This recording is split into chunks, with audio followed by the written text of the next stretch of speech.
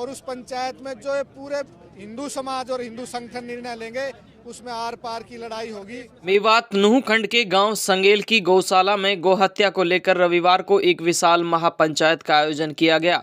इस महापंचायत में राजस्थान, पंजाब, दिल्ली के अलावा प्रदेश के जींद, सोनीपत, पानीपत, रेवाड़ी, महेंद्रगढ़, रोहतक, झज्जर, हिसार, सिरसा, पलवल, गुरुग्राम, फरीदाबाद, होडल, हथीन, सोहना, बादशाहपुर से गो प्रेमियों ने भाग लिया।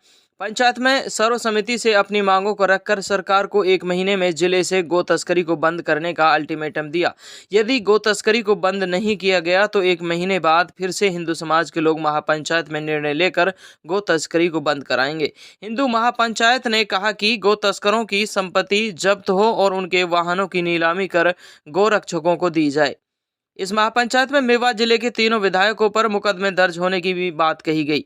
महापंचायत में यह भी कहा गया कि गोवंश की सुरक्षा के लिए गो फास्ट ट्रैक कोर्ट बनाया जाए, जहां पर तुरंत गो तस्करी के मामलों को सुना जाए, गो भक्तों पर बने मुकदमों को निरस्त किया जाए, गोरक्षकों के आरएम्स लाइसेंस तुरंत बनाए जाएं। इसके लिए सरकार को 1 महीने का समय दिया गया है। इसके बाद भी अगर कोई ठोस कदम नहीं उठाया जाता है तो पंचायत अपने स्तर पर निर्णय लेकर कदम उठाएगी।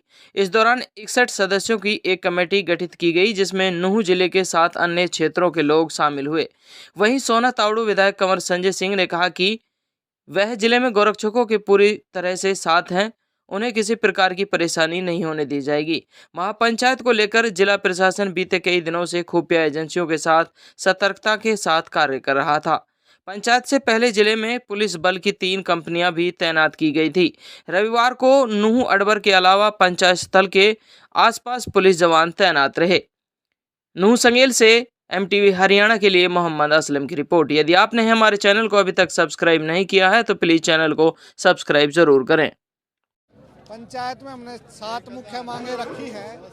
जो गो हत्या का 1 महीने का अल्टीमेटम दिया है, 1 महीने के अंदर मेवात में गो हत्या बंद होनी चाहिए और जितने भी गो तस्करों पर मुकदमे हो खारिज होने चाहिए और गो रक्षकों के लाइसेंस बनने चाहिए और गोरक्षा के लिए जो जाते हैं।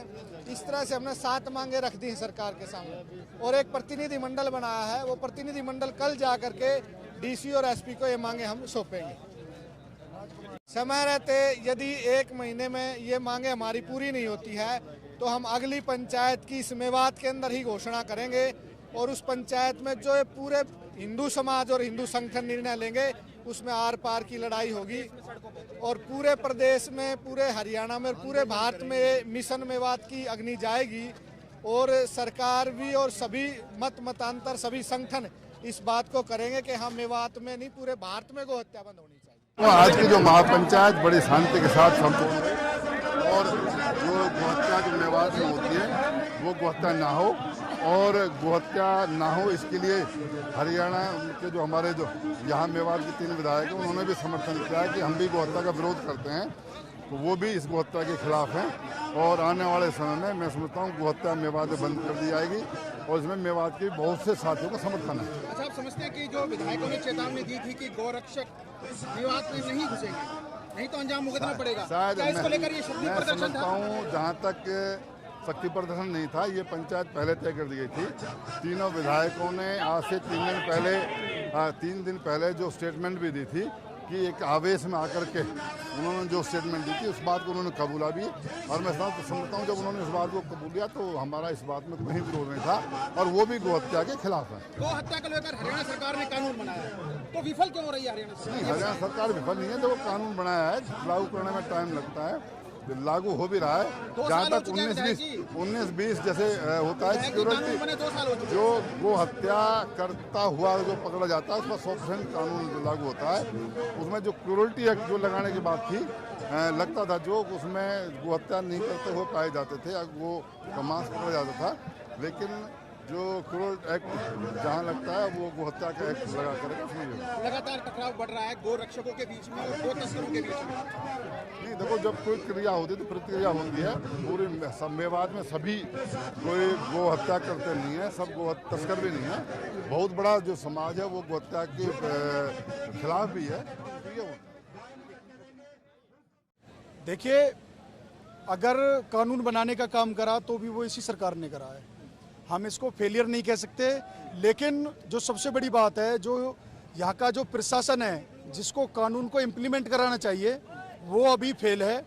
सिस्टम पर अभी भी सरकार का पूरी कमांड नहीं है और सरकार के आदेश की अभी पालना नहीं हो रही है। तो जो कानून बनाए गए हैं उसमें एक दो कमी है, वो हम सरकार को पहले भी बोल चुके हैं और अब इस पंचायत के माध्यम से भी हमने बोला है कि जो गो तस्करी में जो वाहन प्रयुक्त किए गए हैं, जिनको जब्त किया गया है, सरकार ने जो केसों में प्रयुक्त किए बांधे गए हैं, उनको बहुत जल्दी सुपुर्दारी मिल जाती है। उनको बिल्कुल सुपुर्दारी नहीं मिलनी चाहिए, वो वाहन जब्त होने चाहिए। और जो गो तस्करों के खिलाफ जो मामले दर्ज हुए हैं, जो अभी तक भी उसमें भगोड़े हैं, जो अभी तक पकड़े नहीं गए, उनके लिए जल्द से जल्द एक फोर्स को बढ़ा करके उनको गिरफ्तार करने का काम करें। और जो मामले अभी भी कोर्ट के अंदर लंबित पड़े हैं, उन पे जल्द से जल्द फास्ट ट्रैक कोर्ट बना करके उन कानूनों में, उन केसों में निर्णय आना चाहिए, ताकि गो तस्कर और गो हत्यारों को जल्द से जल्द सलाखों के पीछे भेजने का काम करें। देखिए, ये लोकतांत्रिक देश है, लोकतंत्र से चलता है और यहाँ अभिव्यक्ति की आज़ादी के नाम पर बहुत लोगों ने जन कितने गंदे गंदे बयान दिए, लेकिन फिर भी हमारे इस मंच के माध्यम से ऐसे भड़काऊ भाषण कोई नहीं दिए गए हैं। ये जन भावना है, हिंदू भावना। जब यहाँ गाय कटने की बात आती है तो यहाँ के जो खून में वो उबाल आता है और हम फिर भी कानून को, लॉ एंड ऑर्डर को मानने वाले लोग हैं। हम फिर भी सरकार से और प्रशासन से आग्रह करते हैं कि जल्द से जल्द इस पंचायत की मांग को पूरा करें और इस मेवात के अंदर बढ़ रही गो हत्या को रोकने का काम करें। हाँ, बिल्कुल निर्णय लिया गया है। मेवात के अंदर जो अभी 10 दिन पहले एक FIR लॉन्च करने का कार्य प्रशासन ने किया है, वो FIR वापस होनी चाहिए। ये हमारी मांग प्रस्ताव में रखी गई है, हमारी कमेटी ने मांग की है। और यदि नहीं होता है तो फिर सरकार और ज़्यादा केस दर्ज करने के लिए गोरक्षकों के खिलाफ तैयार रहे। हम जेल भरने का काम करेंगे। हरियाणा के अंदर मेवात में जो सबसे ज़्यादा गौ हत्या हो रही है, उसको रोकने के लिए जो अभियान चला है, इस अभियान को हम रुकने नहीं देंगे। और जब तक मेवात के अंदर से पूर्णतः गौ हत्या बंद नहीं हो जाती, ये पंचायतें, ये सभाएं होती रहेंगी इस क्षेत्र के अंदर। कुछ पर्टिकुलर इलाके हैं क्या मेवात में जहाँ पे गोकशी हो रही है, गो तस्करी हो रही है? देखिए, कुछ इलाके जो अभी मेवात पुलिस ने निकाल करके दिए थे, 90 स्थान है, 90 गांव है जहां गो हत्या होती है। लेकिन मैं आपके चैनल के माध्यम से बताना चाहता हूं कि पूरे मेवात के अंदर गो हत्या अगर 90 गांव में होती है तो गाय का मांस खाने वाली पूरी मेवात है। पूरे मेवात के गांव के अंदर बीफ की सप्लाई होती है। यहाँ दूध बेचने वालों से ज़्यादा गाय के मांस बेचने वाले लोग डोलते हैं। तो ऐसा कुछ नहीं है कि चंद स्थानों पर होती है। जो व्यक्ति ये कहते हैं कि हम गो हत्या के समर्थन में नहीं है, वो गाय का मांस भी त्याग न करें, गाय का मांस खाना छोड़ें। क्योंकि गो तस्कर, गो हत्यारे तभी गाय काटते हैं जब उनकी सप्लाई की डिमांड बढ़ती है। कूड़े की कमी है, गौशालाओं में गाय मर रही हैं भूख से, इसको लेकर क्या कहेंगे, क्या प्रयास? देखिए, ऐसा अब नहीं देखा जाता हरियाणा के अंदर। लगभग गौशालाएं स्वावलंबी हैं। वो चाहे तूड़े का भाव आज कितना भी महंगा हो गया है, ये हिंदू समाज इतना गरीब नहीं है कि जो गौ माता को तड़पने देगा, मरने देगा।